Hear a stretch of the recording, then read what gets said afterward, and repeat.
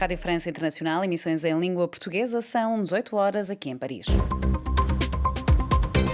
Cristiana Soares. A marcar a atualidade desta segunda-feira, dia 6 de junho, está o Reino Unido. O primeiro-ministro é alvo de uma moção de censura. Esta segunda-feira, se Boris Johnson perder, será substituído como líder conservador e primeiro-ministro. A Coreia do Sul e os Estados Unidos dispararam esta segunda-feira 8 mísseis balísticos para o mar em resposta aos disparos de Pyongyang. Sergei Lavrov foi obrigado a cancelar a viagem à Sérvia após vários países lhe terem fechado o espaço aéreo. A Rússia qualificou o sucedido de escandaloso e inconcebível. A empresa Best Fly quer resolver os problemas das evacuações médicas entre as ilhas de Cabo Verde e, para tal, vai adquirir 2 aviões Twin Otter. No controlo técnico desta emissão está Moçado Chile e o jornal começa agora. Praia 99.3 FM.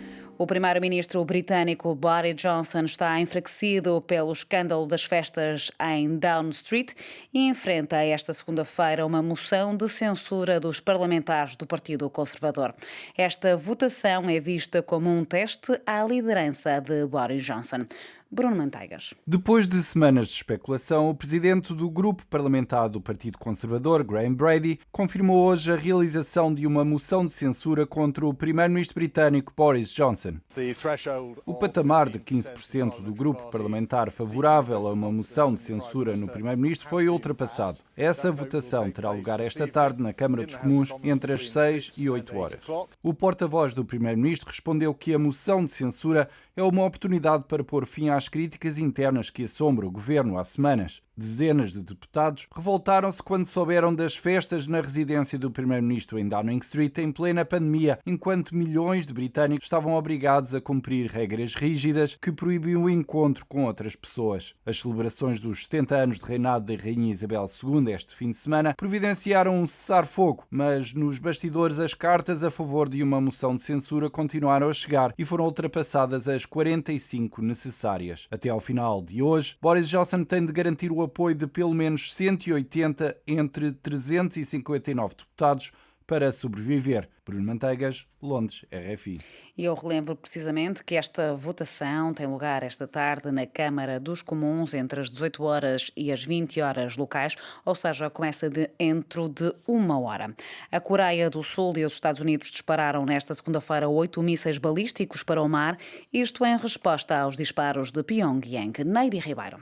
As Forças Armadas dos Estados Unidos e da Coreia do Sul lançaram 8 mísseis balísticos para as águas ao largo da costa oriental da Península Coreana, um dia depois de Pyongyang ter também disparado 8 mísseis balísticos. Apesar das duras sanções económicas, Pyongyang tem estado a intensificar os esforços para melhorar o programa de armas, levando vários analistas a alertar para o facto do regime de Kim Jong-un estar a preparar outro teste nuclear. Esta é a segunda demonstração conjunta de força dos aliados desde que o presidente sul-coreano Yoon Suk-yeol assumiu o poder. Ele prometeu medidas concretas diante das provocações de Pyongyang. No passado mês de maio, Seul e Washington realizaram lançamentos combinados, a primeira ação conjunta desde 2017, depois de Pyongyang ter disparado 3 mísseis balísticos, um deles com alcance internacional. Sergei Lavrov foi obrigado a cancelar a viagem à Sérvia após vários países lhe terem fechado o espaço aéreo. A Rússia qualificou o sucedido de escandaloso, hostil e inconcebível.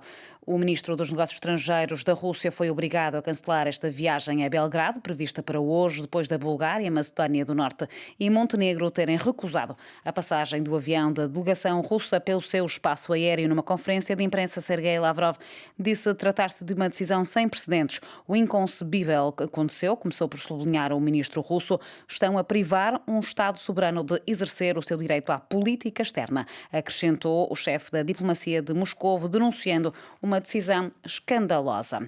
A maioria dos eleitores cazaques votaram a favor da reforma da Constituição e retiraram poder ao chefe de Estado. Cerca de 77% da população do Cazaquistão aprovou uma reforma constitucional que vem pôr fim à era superpresidencial do ex-presidente Nursultan Sultan Nazarbayev e dos seus apoiantes políticos no poder há mais de 30 anos. No referendo realizado ontem foi aprovada a limitação de poder do chefe de Estado, que será expandido ao Parlamento e aos órgãos representativos locais. O sim, neste referendo, obteve uma maioria absoluta em todas as 17 regiões do país. 18,8% da população votou contra. Segundo o presidente do Cazaquistão, Kassym-Jomart Tokayev, a revisão constitucional visa abolir o atual regime superpresidencial, marcado pelo culto da personalidade do ex-presidente Nursultan Nazarbayev. A votação foi convocada após violentas manifestações no país em janeiro deste ano, que fizeram mais de 230 mortos. Em Cabo Verde, a empresa Bestfly vai adquirir 2 aviões Twin Otter para resolver o problema das evacuações médicas entre as ilhas do arquipélago. Este ano, a companhia já realizou mais de 260 evacuações médicas.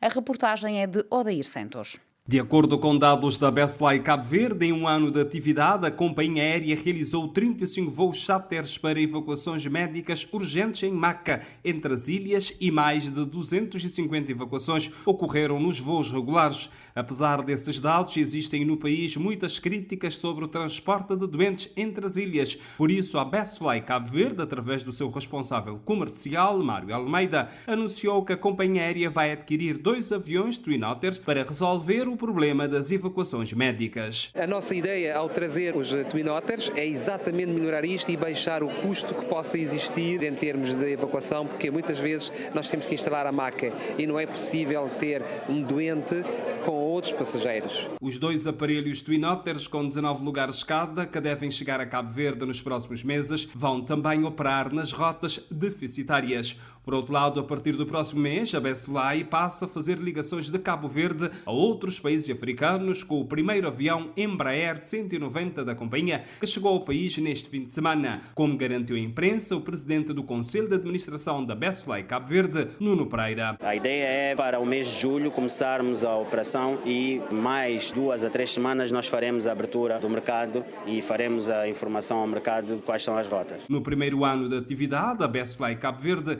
realizou mais de 3.400 voos entre as ilhas e transportou mais de 170 mil passageiros, com uma taxa de ocupação média de quase 71%. De Cabo Verde para a RFI, Odair Santos. A fase de grupos de apuramento para o CAN 2023 de futebol, que vai decorrer na Costa do Marfim, prossegue durante esta semana.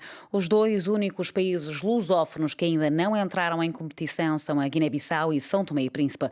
As 2 seleções deveriam defrontar-se a 9 de junho, na primeira jornada do Grupo A. No entanto, muitas dúvidas pairam no ar sobre a realização deste jogo, visto que a seleção são-tomense foi reintegrada na fase de grupos apenas a 1 de junho. A RFI entrevistou o médio guineense do Casa Pia, Zidane Banjaki, que se pode estrear nos jogos oficiais com a Guiné-Bissau. Para este futebolista, os primeiros jogos não vão ser fáceis na fase de apuramento para o Campeonato Africano das Nações 2023. São jogos difíceis contra 2 boas seleções, mas todos queremos começar bem a competição e faremos tudo para que assim seja. 2 primeiros jogos, mas os 2 fora, apesar de teoricamente ser em casa o primeiro, é complicado nunca jogar em território guineense sem o apoio do público? De certa forma é, porque apesar de sermos um povo vasto no mundo, acredito que vamos lá ter pessoas a torcer por nós, independentemente do sítio. O objetivo para a Guiné-Bissau é um 4º apuramento consecutivo para o CAN. É possível? Basta fazermos o nosso trabalho e será possível mais uma vez. Para o Zidane, o que representa vestir a camisola dos Jurtos? Dá-me uma alegria imensa e muito orgulho em poder representar o meu país, apesar de ainda não me estiver oficialmente em competições. Quanto a si, podemos dizer que esta temporada foi boa? Foi uma grande temporada no Casa Pia, fizemos um excelente campeonato e conseguimos com isso a subida à Primeira Liga. Ser convocado para a seleção e poder representar o meu país é algo que me deixa muito feliz e pelo qual ansei há algum tempo. Aos 23 anos, chega à primeira divisão portuguesa com o Casa Pia e a seleção guineense. Pensava que isto tudo poderia acontecer tão rapidamente? Já tinha imaginado, mas nós nunca sabemos realmente quando estas coisas acontecem. Até realmente acontecer e estou muito feliz. As palavras de Zidane Banjaki, internacional guineense, aqui entrevistado por Marco Martins. Aliás, a fase de grupos de apuramento para o CAN 2023 de futebol, que decorre na Costa do Marfim, prossegue durante esta semana. E aqui o ponto final neste jornal.